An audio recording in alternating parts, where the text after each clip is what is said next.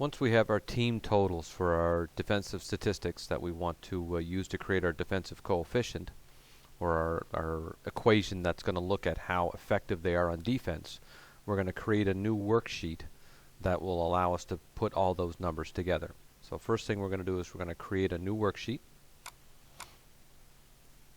And we'll call that defense stats or defense coefficient. Okay, then we're going to put in our titles for our columns. Okay, we're going to enter in the data for our first team, which is Atlanta. Type in ATL. And then for our defensive coefficient, we've got to create that equation. And we're going to start that, of course, with an equals. But now we're going to have to actually go back to the first worksheet in order to get the information to complete that equation. So I'm going to click on Stats. And then I'm going to click on the RT total.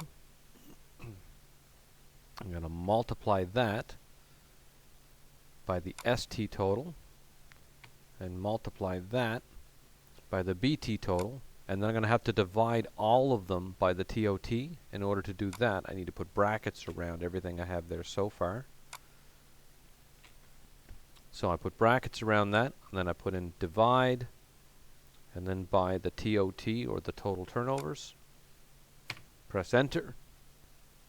And that gives us our number. The winning percentage we're going to get later from the website. And so we're going to continue to do that for each of the teams as we go down. Now we can do that a little bit quicker. Our next team is Boston. And so rather than start the equation here, go over and get it, what we can do is we can go just to that Boston total, and we can do the equation here. So it's going to be equals bracket this times this bracket, and then divided by turnovers. Enter. Okay, that gives us that number. And now rather than doing that equation on the defensive stats one, I'm just going to put equals, and then I'm just going to go grab that cell.